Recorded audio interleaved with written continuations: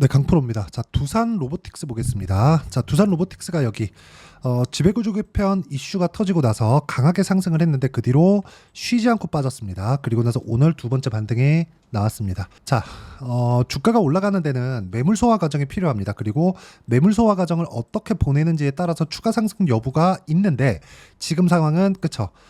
하락이 너무 가파르게 나왔고 횡보하는 구간이 있기는 했지만 이쪽 구간에서 단기간에 너무 조금 급등하는 그런 모습이 발생하다 보니까 이쪽 구간에서 약간 조금 쉬어가는 그런 움직임이 약간 좀 깊게 나왔다. 이 정도로 보시면 되고, 무엇보다 두산 로보틱스를 볼 때 두 가지 이슈를 두고 보셔야 됩니다. 자, 첫 번째, 미국에서 제조업 기반으로 가고자 하는 욕망이 큽니다. 근데 생각해 보세요. 가격 경쟁력이 있을까? 그렇죠. 가격이 너무 높아지면 누가 사지? 이런 부분을 들 수 있죠. 자, 그러면 여기서 해결할 수 있는 방법이 뭐예요? 로봇입니다. 로봇. 그렇죠. 자, 근데 여기서 두산 밥캣은 원래 미국 기업입니다. 근데 두산이 인수를 한 거고, 밥캣은 미국 내에서 영업망을 탄탄하게 갖추고 있죠. 이런 부분과 함께 밥캣은 탄탄하게 지금 돈을 벌고 있기 때문에 로보틱스에서 필요한 금융에 대한 좀 그런 그 조달 목적이라고 저는 보여집니다. 지금 당장에는 두산 로보틱스의 실적이나 재무구조 자체가 그렇게 좋지 못하기 때문인데, 아무리 두산그룹이 뒤에 있다고 하더라도 자체적인 재무제표를 개선하는 게 훨씬 더 긍정적인 효과를 가져올 수 있겠죠. 이 두 가지 내용을 함께 본다면 두산 로보틱스는 긍정적으로 볼 수 있지만 한 가지의 문제가 남아 있어요. 그게 뭡니까? 앞으로 좋아질 만한 내용은 있지만 매물 소화 과정이 필요하다. 자, 이쪽을 먼저 보겠습니다. 두산 로보틱스가 작년 10월 달에 상장을 하고 나서 하락폭을 크게 가지고 갔는데 여기 28,000원인가 아마 그럴 겁니다. 그 정도가 공모가였고요. 공모가에 닿기도 전에 반등을 했고, 그리고 나서 크게 시세를 냈죠. 근데 이쪽 구간에서도 적자였고요. 이쪽 구간에서도 적자입니다. 그러면 적자인 상태에서 지금 시가총액이 몇 조? 5조입니다. 자, 그럼 주가가 올라가는 데는 뭐가 필요하다는 거예요? 앞으로 좋아질 만한 내용, 즉 기대감이 필요하다는 겁니다.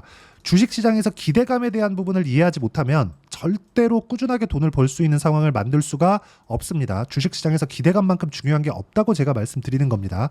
자, 그러면 기대감을 우리가 판단하는 근거는 무엇일까? 단순히 산업의 구조를 우리가 쭉 보면서 이거 좋겠는데? 이렇게 보는 게 아니라 주가가 올라가는 상황 있죠. 주가가 올라가는 상황에 맞춰서 우리가 어떤 식으로 가격대를 잡아가야 되는지를 보는 겁니다. 즉, 주가가 올라가고 있다는 건 뭐가 나오고 있다는 거예요? 기대감에 맞춰서 돈이 들어오고 있다는 겁니다. 그럼 가격을 본다는 건 무슨 뜻이에요? 가격을 본다는 건 앞으로 기대감, 즉 우리가 돈이 기대감에 맞춰서 돈이 같이 들어오고 있는 걸 확인하고 매수를 하는 것과 같습니다. 자, 그러면 가격을 봤을 때는 한 가지 문제가 있죠.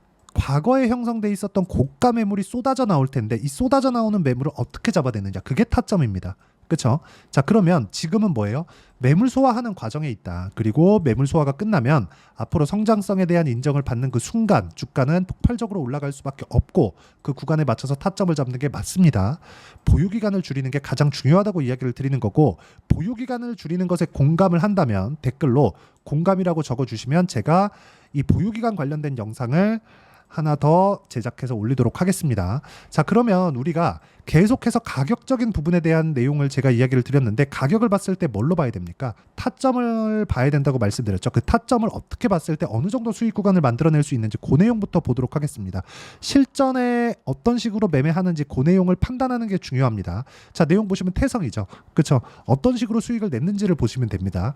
자, 정확하게 제가 올라가는 구간에 매매를 했을 때 50% 정도의 수익 구간을 만들어내고 있고, 그리고 상승하는 구간, 즉 돈을 보고 매매를 한 겁니다. 보유기간은 짧죠.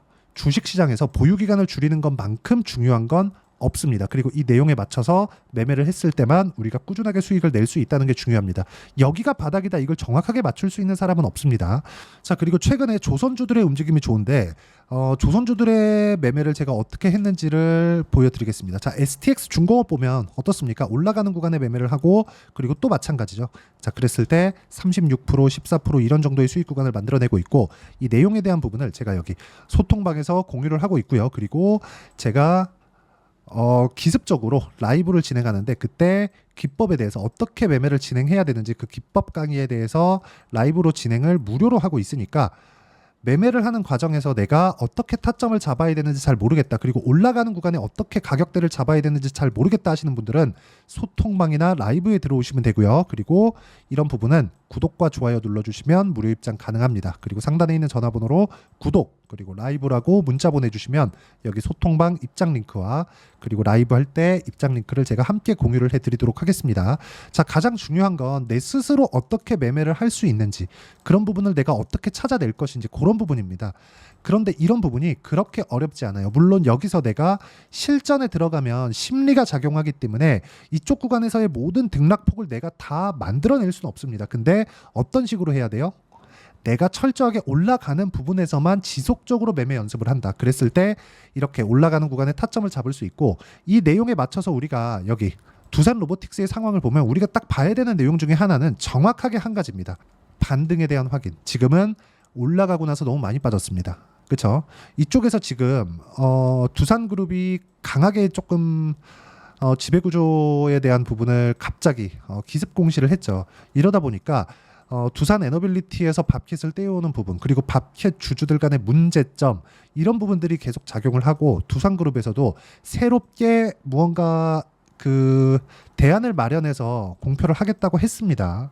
물론 이게 쉽게 이렇게 되진 않을 겁니다. 자, 기본적으로 두산 밥켓은 지금 돈을 벌고 있고 두산 로보틱스는 돈을 벌지 못하고 있는데 성장성, 즉 앞으로 좋아질 만한 기대감을 가지고 있는 기업이란 말이죠. 이런 부분에 대한 내용을 두산 로보틱스의 평가치를 0.65대 1로 비율을 잡았기 때문에 상대적으로, 그쵸, 로보틱스의 이 평가치를 너무 높게 잡아버린 겁니다. 근데 이게 두산그룹의 의지이기도 합니다. 개인적으로 이 두산그룹의 행태 자체는 별로 마음에 안 들어요. 근데 성장성에 대한 부분을 판단하는 건 되게 투자자적인 그런 관점으로 보고 있는 건 맞습니다. 방향은 맞지만 방식이 잘못됐다. 근데 이런 부분을 해결하는 게 누가 만들어요? 두산그룹에서 만들어내는 겁니다. 그리고 강하게 밀어붙여서 할 겁니다. 두산그룹은 원래 그런 기업이니까. 자, 그러면 이런 인수합병건에 대한 부분을 했을 때, 그쵸? 이렇게 지배구조를 변경했을 때 가장 수혜를 보는 건 두산 로보틱스입니다. 지금은 노이즈에 지나지 않는다. 그쵸? 그리고 이쪽 구간에서 우리가 어떤 식으로 반등 확인을 하고 가격적인 부분을 확인을 해서 매매할지가 중요한데, 이 가격적인 부분에 대해서 공감하시면 여기 댓글에 꼭 신고가 그리고 공감이라고 댓글 하나씩 달아주시고요. 무엇보다 이렇게 신고가 내는 종목군들을 매매하는 구조적인, 즉 가격적인 부분을 실전에서는 여기, 그쵸? 이런 식으로 제가 매매를 진행하고 있고, 이렇게 매매하는 방식에 대해서는 제가 라이브에서 공개를 하도록 할 테니까 상단에 있는 전화번호로 구독 또는 라이브라고 문자 보내주시면 제가 라이브 방송을 할 때 여기 입장 링크를 순차적으로 공유를 해드리도록 하겠습니다. 자, 그리고 무엇보다 실시간 내용은 소통방에서 하고 있습니다. 이 부분 기억하시고, 자, 이렇게 가격을 잡는 기준치, 그리고 두산 로보틱스에 대한 성장성은 사실상 의심할 여지가 없죠. 협동 로봇 분야에서 레인보우 로보틱스보다 오히려 더 우위에 있습니다. 그리고 무엇보다 두산 로보틱스는, 그쵸, 여기 두산 로보틱스 같은 경우에는 레인보우 로보틱스는 지금 삼성에서 사들였죠. 그렇다 보니까 삼성 쪽의 일만 받아와서 해야 되는데, 두산 로보틱스 같은 경우에는 법령적인 일 처리를 다 할 수 있기 때문에 이런 부분만 보더라도 우리는 긍정적인 내용으로 볼 수 있고요. 이렇게 봤을 때 철저하게 올라가는 부분 확인해서 우리가 매수 타점을 잡아야 되지만 그 가격적인 부분에 대한 이해, 그쵸? 어떤 식으로 매매를 해 나가야 될지 그 전략은 두산 로보틱스의 단기 보유 전략, 그리고 단기 보유 전략을 활용한 실시간 타점을 제가 문자로 공유를 해드리도록 할 테니까 상단에 있는 전화번호로 두산 로보틱스라고 문자 보내주시면 단기 보유 전략, 즉 2주 안에 어떻게 수익을 낼지 그 가격적인 부분과 함께 실시간 타점을 문자로 공유를 해드리도록 하겠습니다. 자, 내용 정리하면 그렇습니다. 어떤 종목이든 주식시장에서 강세를 보이는 모든 종목군들은 가격이 먼저 반영한다. 그래서 올라가는 구간에 공략해야 되는 그 타점에 대한 이해가 필요하고, 그런 부분을 가장 쉽게 설명을 드려놨으니까 반드시 이해를 하고 가시고요. 무엇보다 모든 분들이, 그쵸, 가격적인 이해를 한다면 성공 투자하실 수 있을 겁니다. 자, 24년도가 돼서도 시장은 여전히 어렵습니다. 자, 근데 시장은 항상 어려울 거예요. 앞으로도 계속해서 어려워질 겁니다. 자, 근데 제가 매월 대시세 종목을 구독자분들에게 공개를 합니다. 자, 내용을 보면 12월 달에 실제 공개를 했었던 강프로의 대시세 종목에 대한 내용인데, 대기업을 상대로 안정적인 매출 구조를 가지고 있고요. 그리고 현재 주요 거래처는 삼성전자, 인텔, 하이닉스, TSMC, 해외에 반도체 관련된 기업이라는 걸 알 수 있죠. 그만큼 1월 달에 제가 보고 있었던 종목은 반도체 관련주라는 걸 알 수 있습니다. 공개를 해드리면 이 내용입니다. 여기 어보브 반도체, 그쵸? 실제 제가 거래한 내용을 공개를 한 거고요. 수익에 대한 크기를 보면 공략한 시점, 제가 가격대를 함께 공개를 해드렸는데 공략한 시점부터 21%의 수익 마감이 된 것을 확인해 볼 수가 있습니다. 자, 근데 지금도 마찬가지입니다. 지금은 어떤 이슈가 있을까요? 2월 달에 발표한다는 기업 밸류업 프로그램이 있죠. 근데 그걸로 인해서 지금 2월 달에 발표한다고 이야기가 나온 상황이고요. 무엇보다 우리가 생각해야 될 내용은 한 가지입니다.